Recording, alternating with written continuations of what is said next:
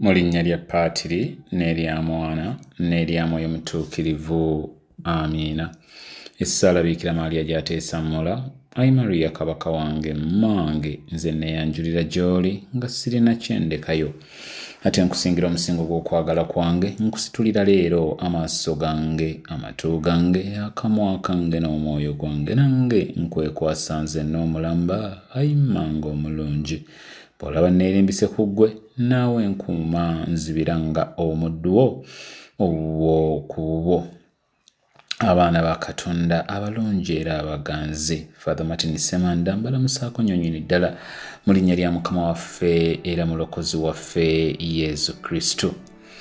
Mu nnyenya yaffe eya wiiki eno, towa abantu mwagaanya kukumanyaako bingi. Towa abantu mwagaanya kukumanyaako bingi ye mu nnyenya yaffe eya wiiki eno. Mu nsi muno mwe tuwangaalira Katonda omulungi gye yatuwa, toteekeddwa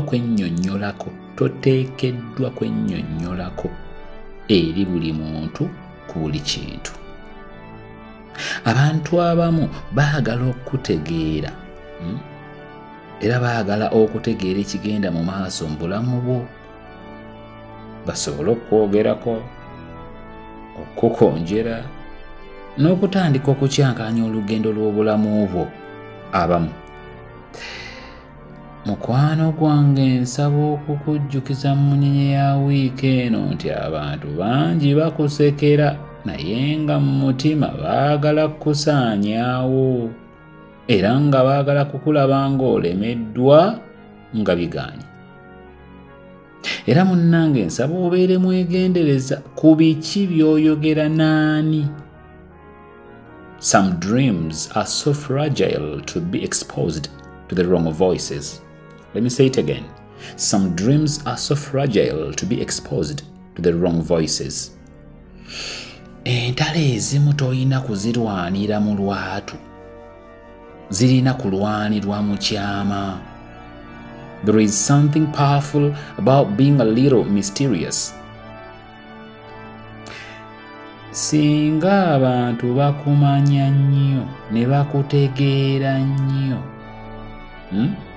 by'oteekateeka, by'otambuza ne bw'obitambuza, kiki ekiddako mu bulamu bwo, you lose a certain level of influence. Buli bw'ofuuka ekitabo ekibikkulwa buli omu, abantu baba tebakyayina kye bakwewuunyaako, baba tebakyayina kye bayaayaanira ku ggwe. Era olwo nga n'ekitiibwa ekikuweebwa kikendeera kivaawo.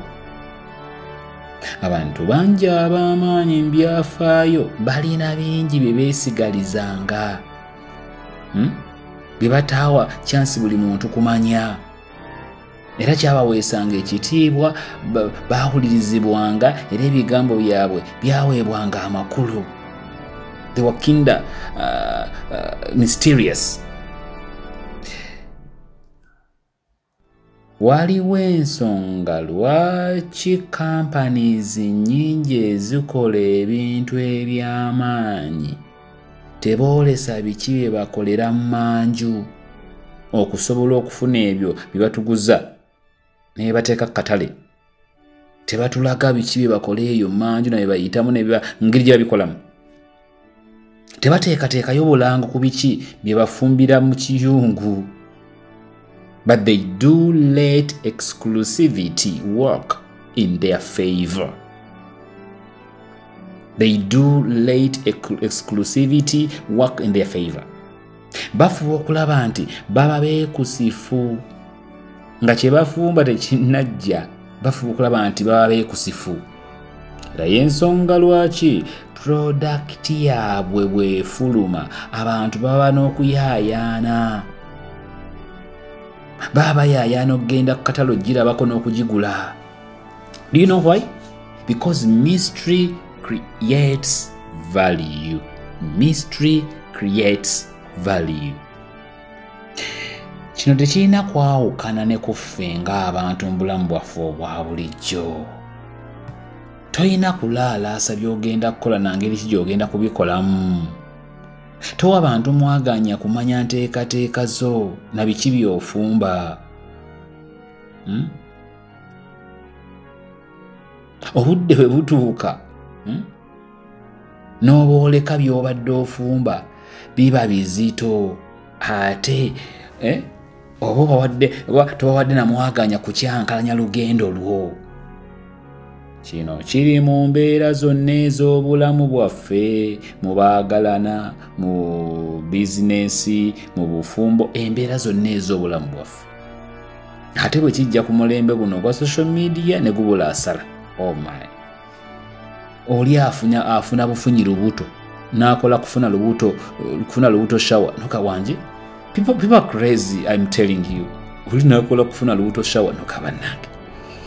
Omusajja yakakutwala katugeze ku date emu, buli mukwano gwo n'ategeera nga bwe wafunye omusajja. You post him like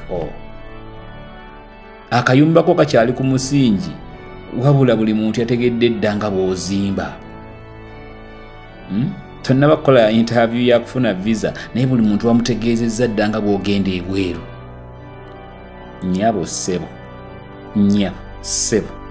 yiga okukola ku bintu by'omu kasirise. Bw'oba olina mukwano gwo kale w'omwoyo oba spiritual director wo bwe mwegayirira oyo tekirina buzibu kumutegeezaako. Abalala balimanya ng'ensonga egguse. Ennyumba bw'eriggwa nga kyetaagisa oli bayita ne mugiyingira. Ennyonyi bw'eneekusuula gy'olaga mu nsi gy'olagamu ng'oteredde oli bategeeza. N'otaŋŋambako nti ogenda kale mwana gwe kati nkugambye. Luli nali saagala kugamba kati nkugambye. Abantu bangi mmwe mwesombera abalogo n'abasiraanyi. Omuntu yagoba dda ku by'okugenda ebweru ne bigaana, kati gwe omweyogerezaako nga bw'ogenda. Bw'aba n'omutima omubi lwaki tasiraanya gwe? So bakulu exclusivity. Buno mbadde nsaba buli omu abuwulirize bulungi munnange. Friends, you don't owe everyone access to your life. You don't have to explain yourself to people who have already made up their minds about you. Some people will never support you no matter how you prove yourself. Not because you're not good or not good enough, but because they don't have that heart of celebrating someone else's success. Not because you're bad or you're not good enough, but because they don't have a heart to celebrate someone else's success. Some people keep you around them just to measure their own success against yours. That's why you have to be wise about who to share your dreams with. Mukkirize nkozesa ekyokulabirako okuva mu department gye nsinga okutegeera ey'ekigambo kya Katonda. Yosefu mu Masooka 37 Genesis 37 n'okweyongerayo yafuna ekirooto nga waakuba w'amaanyi mu bulamu bwe mu nsi muno. Butuufu ate nga mutuufu ekirooto kyali kya ddala. Ekirooto kyali kya ddala era kyali kituufu. Mu ssanyu eringi abwakyamuukirira n'anyumizaako baganda be. Mu ssanyu eringi bangi ku bo tebaali basanyufu. Mu kifo ky'okumusanyukirako ng'owooluganda baafuna bufunyiru bujja. Baabo bamukoledde olukwe okumutta, oluvannyuma bwe bamukasuse mu kinnya, bigenda ogera nga musajja atuuyo atundiddwa n'ebyaddirira mubimanyi. Do you know why they did this? It's because they couldn't handle the idea of his success. They couldn't handle the idea of his success. Bennyini abaali bamusemberedde abooluganda be baali baagala okumusaanyaawo. Munnange nno kanjogere mpola mpola, emirundi mingi abaagala otusiraanya tebatuli wala nnyo. Abamu beewe tuyita mikwano gyaffe, abamu beewe bakozi bannaffe, n'abandi bannyinaffe oba baganda baffe. abo abatumanyidde ddala mirundi mingi be baagala okutusaanyaawo. Many people decide to move in silence not because they are stupid, no. They decide to work on their dreams in private, away from the noise of doubt and negativity. Ngambye, many people decide to move and work in silence not because they are stupid.